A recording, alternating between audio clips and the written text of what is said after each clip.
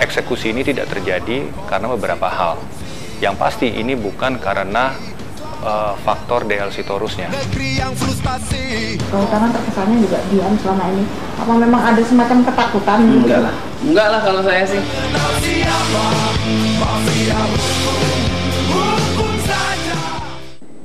Mungkin tak banyak dari Anda yang mengetahui tentang Register 40 di Sumatera Utara. Kawasan ini merupakan hutan produksi yang membentang seluas 178.000 hektar sepanjang Kabupaten Padang Lawas dan Padang Lawas Utara. Register 40 merupakan kawasan hutan yang melibatkan banyak kepentingan sehingga merupakan kawasan rawan konflik.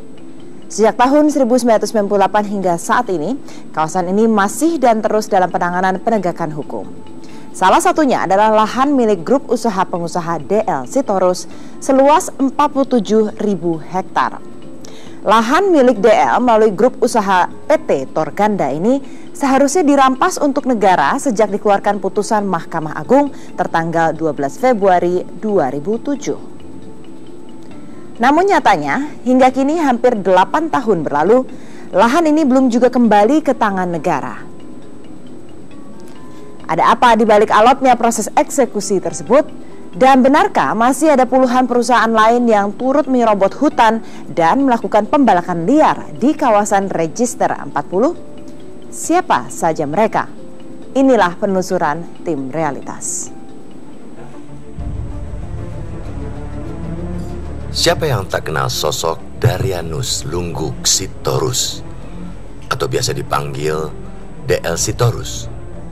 Nama sosok pria satu ini sudah lama dikenal sebagian besar publik di tanah air. Sosok DL Sitorus banyak menjadi buah bibir di kalangan publik.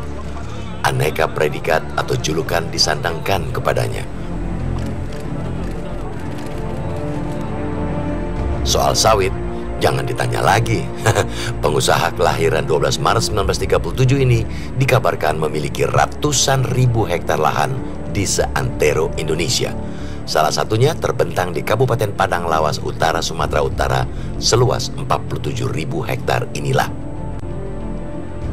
Yang menarik dari lahan 47.000 hektar ini adalah statusnya yang seharusnya sudah dirampas dan disita oleh negara sejak tahun 2007 silam.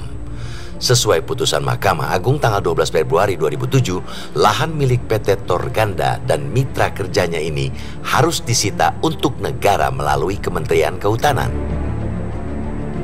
Kasus ini sebenarnya sudah disidangkan tahun 2006 silam. Berdasarkan putusan MA, DL Sitorus akhirnya juga telah menjalani pidana penjara 8 tahun dan denda 5 miliar rupiah. DL dinyatakan bersalah karena telah menguasai, mengerjakan, dan menggunakan kawasan hutan secara tidak sah dan dilakukan berkelanjutan. Namun nyatanya, keputusan hukum tinggal keputusan di atas kertas. Prakteknya, putusan ini tak juga kunjung dieksekusi alias dirampas untuk negara. Hingga kini, kegiatan operasional perkebunan sawit seluas 47.000 hektar ini masih di bawah kendali manajemen grup usaha milik DL Sitorus. Barang bukti yang harus disita oleh negara adalah lahan seluas 23.000 hektar di kawasan Koperasi Perkebunan Kelapa Sawit Bukit Harapan dan PT Torganda, serta 24.000 hektar lahan di kawasan Koperasi Parsup dan PT Torus Ganda. Namun sekali lagi, putusan itu tidak ada realisasinya. Hingga kini seluruh aset belum diserahkan kepada negara.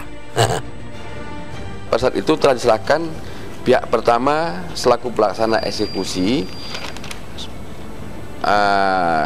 waktu itu Pak Aspesiusnya Pak Agus Jaya ya, kepada Dinas Kehutanan Provinsi Sumatera Utara, yaitu Bapak Insinyur JB Siringuringu, tertanggal 26 Agustus tahun 2009 ya.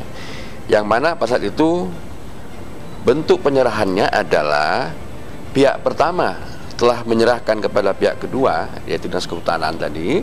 Jadi dengan demikian pada saat itu telah beralihlah kewenangan eksekusi kepada Dinas Kehutanan atau Kementerian Kehutanan dalam hal ini. Akhir Oktober 2014 lalu, Tim Realitas menyambangi kawasan Register 40 yang tepatnya berada di kawasan Koperasi Bukit Harapan dan Koperasi Parsup di Kabupaten Padang Lawas Utara. Perkebunan sawit ini masih beroperasi hingga kini. Saat itu, puluhan pegawai perkebunan bahkan disiagakan di pintu masuk kawasan perkebunan. Pihak manajemen perkebunan mengklaim orang-orang ini telah berjaga-jaga setiap hari untuk siaga menghalau petugas yang akan mengeksekusi, kata mereka. Faktanya, eksekusi lahan 47.000 hektar ini masih tarik ulur hingga sekarang. Lambatnya eksekusi oleh Kejaksaan pasca putusan MA diketok oleh 5 hakim agung pada 12 Februari 2007 itu menyebabkan kasus ini berlarut-larut hingga kini. Seingat saya dulu kok itu sudah secara administratif itu kayaknya sudah itu. Yang kaitannya dengan kehutanan ya. Oh, iya.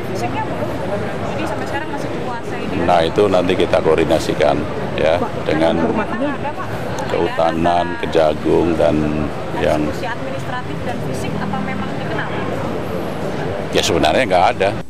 Pihak Kementerian Kehutanan yang notabene adalah sebagai pihak yang ditunjuk sebagai penerima aset juga tak pernah terdengar berteriak menuntut dilakukannya eksekusi.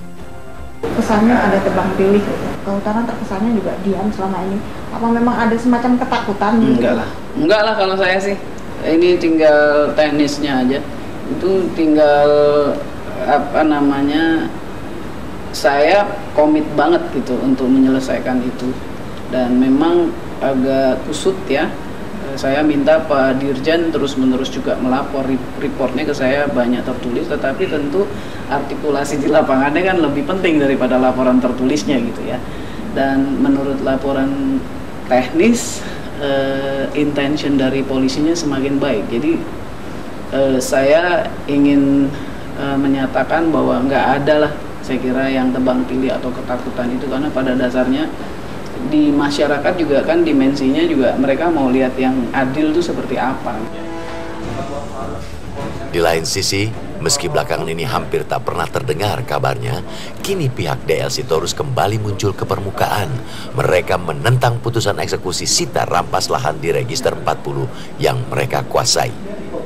Pengusaha perkebunan sawit ini menolak eksekusi lantaran menilai terdapat dualisme putusan MA, yaitu putusan kasasi kasus pidana nomor 2642 tahun 2006 dan putusan peninjauan kembali kasus perdata nomor 06 tahun 2008. Putusan perdata tersebut tak lain adalah gugatan Koperasi Bukit Harapan melawan Menteri Kehutanan. Gugatan ini persisnya adalah melawan pencabutan atau pembatalan surat Menteri Kehutanan yang berisi izin prinsip Koperasi Bukit Harapan. Eksekusi ini tidak terjadi karena beberapa hal. Yang pasti ini bukan karena faktor DL Sitorusnya. Ya, jadi bukannya seorang DL Sitorus yang melakukan upaya-upaya tertentu sehingga eksekusi di lapangan tidak bisa terjadi. Tetapi ini banyak faktor lainnya. Antara lain produk hukum yang beredar di Register 40 itu sendiri, di kawasan Padang Lawas itu sendiri.